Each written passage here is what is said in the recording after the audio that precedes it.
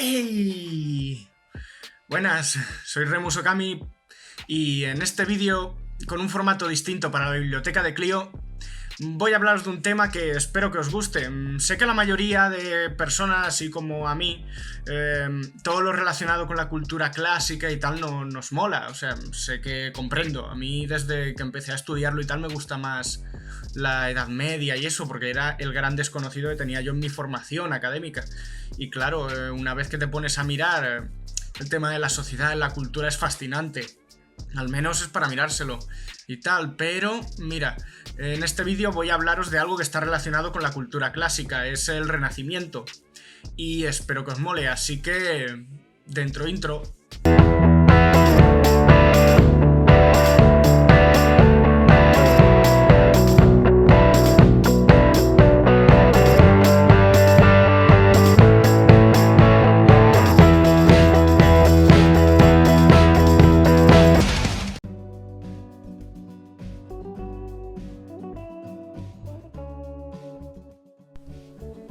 Entre 1350 y 1550, la sociedad europea occidental conoció y vivió una auténtica revolución espiritual, una crisis de perfiles muy nítidos en todos los órdenes de la vida, una profunda transformación del conjunto de los valores económicos, políticos, sociales, filosóficos, religiosos y estéticos que habían constituido los pilares de la civilización medieval.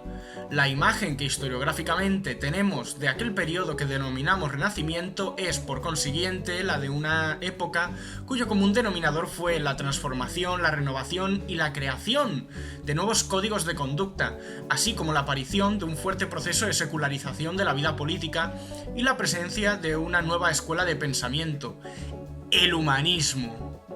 Lo primero que debemos preguntarnos cuando vemos que los autores coetáneos de la misma época utilizan el término renacer es: ¿qué entendían realmente por renacimiento, renovación o resurrección?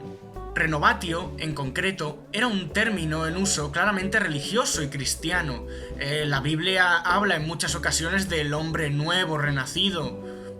No es de extrañar, por tanto, que los teólogos medievales hiciesen constantemente uso de los mismos conceptos, de tal manera que su empleo por los humanistas, que se hallaban dentro de la tradición cristiana, aliens, no constituyeran ninguna novedad, no me lo tengáis en cuenta, ¿vale? No obstante, cuando empleaban esa terminología, fueron conscientes de poseer por primera vez un moderno sentido de la periodicidad histórica, es decir, tomaron conciencia de que entre la antigüedad clásica y su propio tiempo hubo una larga etapa de decadencia de la literatura y el arte. En su tiempo, sin embargo, las letras y las artes habían experimentado un proceso de restauración bastante acelerado. Tenían la certeza de que, pese a imitar a los antiguos, eran los primeros en descubrir que se hallaban ante algo nuevo. En definitiva, estaban viviendo un renacimiento. Posteriormente, en el siglo XVII, los escritores que admiraron o se ocuparon del estudio de los 200 años precedentes llegaron a pensar que se trataba de un periodo intermedio entre la Edad Media y lo moderno. Historiadores de aquel tiempo darán precisión al concepto peyorativo de Edad Media como algo oscuro, tenebroso, bárbaro. Y claro, es que hay que tener en cuenta que está entre la caída de Roma, en el 476, y la caída de Constantinopla en 1453. Claro, es un periodo muy complejo, el que conocemos como Edad Media, y por lo tanto puede que para la gente de aquella época les produjese un... no sé cómo decirlo, pero vamos a pensar que no les era una época muy grata, porque siempre querían como verse relacionados con todo lo antiguo y con todo lo clásico en cierta manera. Por el contrario, los escritores románticos del siglo XIX, defensores de un medievalismo idealista, prestaron escasa atención al Renacimiento, considerándolo además como una época pagana y materialista. El Renacimiento no consistió solo en un mero resurgir erudito de la literatura o de la filosofía grecorromana, o en una vulgar imitación de las formas artísticas de la antigüedad. Asociado historiográficamente a ese concepto aparece otro, el humanismo, que completa la idea inicial de que nos hallamos en una época nueva. Justamente fue la renovación de la cultura el aspecto más notoriamente destacado por sus propios protagonistas, aquellos que hablaron por primera vez de renacimiento. A pesar de que entre los siglos VII y XIV se conocieron en los ámbitos cortesanos de Europa Occidental determinados intentos por recuperar textos y autores clásicos, como lo prueba, de hecho, la creciente utilización del derecho romano y del recurso constante a Aristóteles, solo podemos hablar de un solo renacimiento entre los siglos XIV y el XVI. Igualmente, aunque el término humanismo ha sido empleado para denominar la doctrina que defiende como principio fundamental el respeto a la persona humana, la palabra tiene una significación histórica indudable. Humanismo fue uno de los conceptos creados por los historiadores del siglo XIX para referirse a la revalorización, investigación e interpretación que de los clásicos hicieron algunos autores desde finales del siglo XIV hasta el primer tercio del siglo XVI. La voz latina humanista se convirtió en un modo de pensar y de vivir vertebrado en torno a una idea principal. En el centro del humanismo va a estar el hombre. El humanista comenzó siendo un profesor de humanidades, es decir, de aquellas disciplinas académicas que constituían el programa educativo formulado ideológicamente por Leonardo Bruni. Sin embargo, él era algo más que un maestro. Su preocupación por los problemas morales y políticos le obligó a adoptar también posiciones humanistas en el sentido de que nada de lo humano le sería ajeno. Por lo tanto, estos humanistas empezaron a implicarse en su mundo.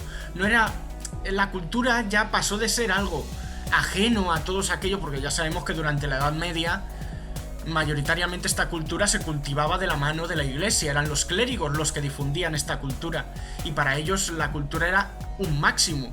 Desde este momento la cultura va a tener que extrapolarse a todo el conjunto, es decir, nadie va a poderse ver ajeno a su contexto, a su política, a su sociedad y a su economía. Esto es muy importante.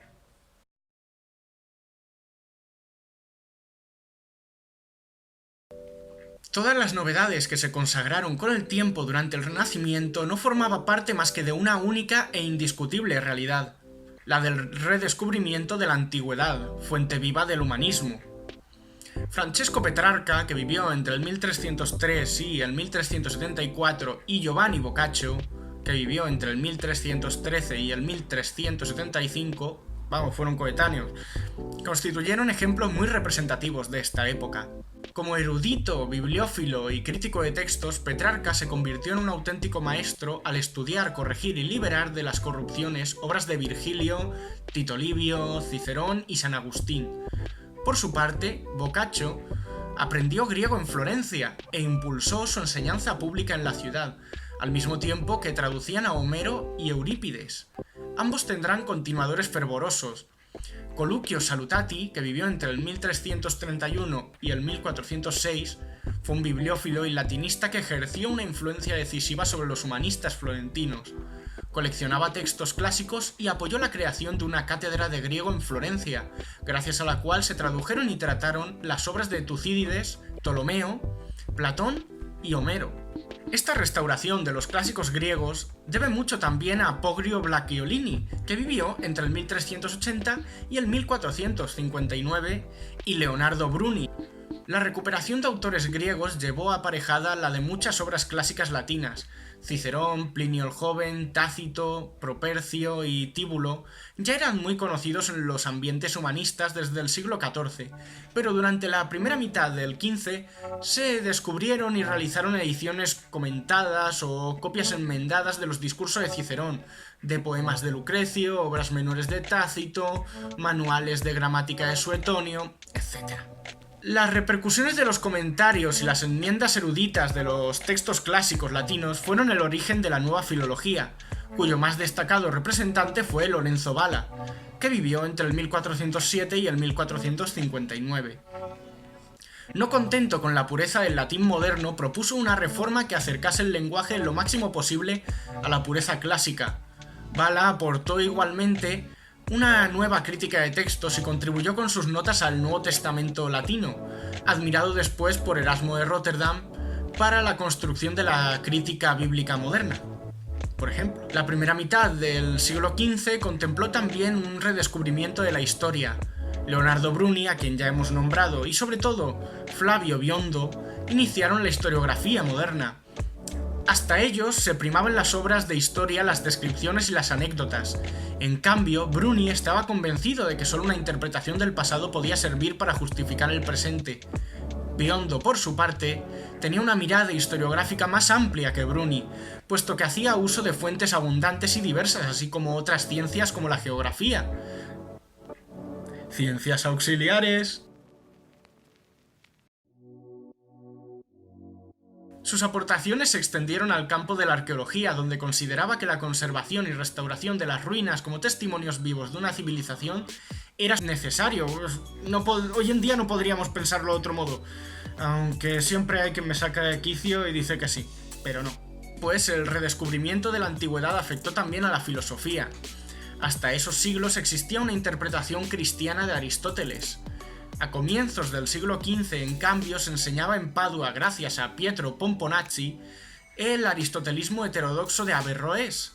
En efecto, en su De Immortalitate Animae y en su De Fato, demuestra que el alma intelectual muere con el cuerpo, no hay vida más allá, y que nuestra libertad y voluntad son incompatibles con la providencia divina, conformándonos así con la naturaleza. Teorías de aquel entonces, vaya. En cualquier caso, los auténticos fundamentos filosóficos del humanismo proceden de la lectura, la difusión y la enseñanza de Platón. A finales del siglo XV, Marsilio Facino, que vivió entre el 1433 y el 1499, expone las ideas platónicas en su obra Teologia Platónica. En el centro del cosmos, el hombre es a su vez alma inmortal, imagen de Dios, criatura privilegiada y también materia y peso, lo es todo. El hombre como medida del mundo.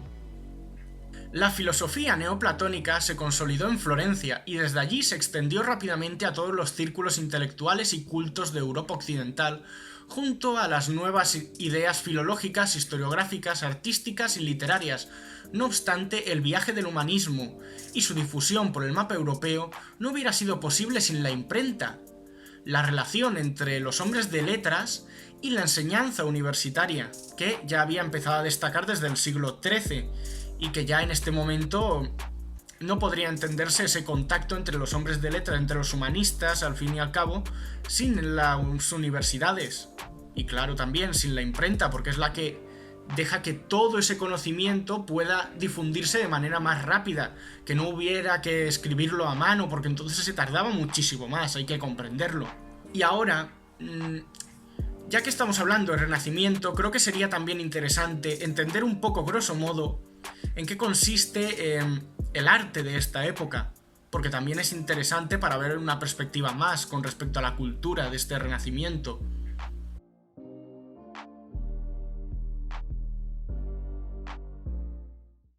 Durante la primera mitad del siglo XV, lo que en Italia se conoce como Quattrocento, el arte renacentista se desarrolla casi exclusivamente en la región de Toscana, con Florencia, gobernada por la familia Medici, representando el papel de capital cultural artística.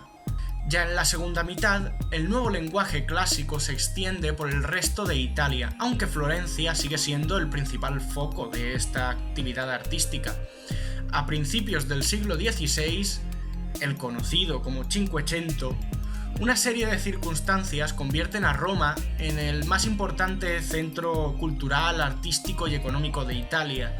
Diversas incidencias de carácter religioso, político y militar, ya sabéis, la reforma protestante, las guerras de religión, el saqueo de Roma, etc. alteran el panorama político y cultural del continente y Roma, a fines del primer tercio del siglo XVI, deja de ser el más importante centro artístico. En los dos últimos tercios del siglo XVI, los distintos estados-nación europeos, España, Francia, el Sacro Imperio, etc., se convierten en los principales focos de la actividad artística. Las más significativas obras de esta etapa, muchas de ellas debidas a artistas italianos, son la expresión de un arte cortesano al servicio de los monarcas absolutos de los grandes estados nacionales. En resumen, Las distintas artes experimentaron una radical transformación partiendo además de la interpretación de los modelos de la antigüedad, de una serie de planteamientos comunes: la perspectiva, la proporción, la relación de armonía entre las partes y composición, así como un nuevo concepto de belleza ideal. El Renacimiento marcará una nueva guía a seguir por todas las artes que se fueron desarrollando por todas las tierras de Europa. La asimilación del Renacimiento en Europa chocará con la tradición artística de cada lugar y la valoración de la figura del artista, que también será distinta dependiendo del lugar. Las formas italianas que se exportan a Europa presentan ya un lenguaje ecléctico que se fundirá con las tradiciones locales de cada lugar, dando resultados diferentes. Y que si queréis, más en profundidad para otro vídeo, también podría ser interesante que analizásemos el Renacimiento, pero fuera de Italia, y hasta incluso en Italia, pero abordarlo más en profundidad. Ya sabéis a lo que me refiero. Pues bien, si os ha gustado este vídeo, no me gusta decirlo, pero siempre está bien que lo apoyéis de algún modo. No voy a decir que le deis like, porque yo creo que para poder darle like os tiene que haber gustado bastante, pero sí que podéis compartirlo por vuestras redes sociales y demás. Y nada, para cualquier duda está la caja de comentarios debajo para, ya sabéis, cualquier duda que os pueda surgir. Aquí está vuestro buen amigo Remus Okami y nos vemos en otro vídeo. ¡Chao, chao!